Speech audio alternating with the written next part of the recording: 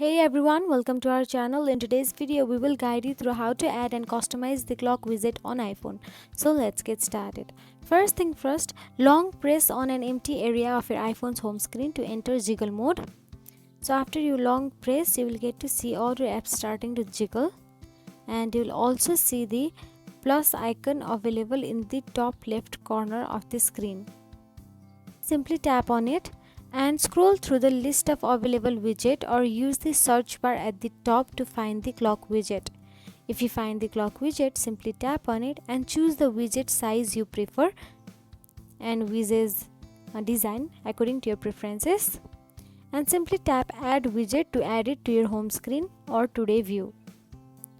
After you add it, you can drag the clock widget to the desired location on your home screen or today view. Tap on the widget to customize it further.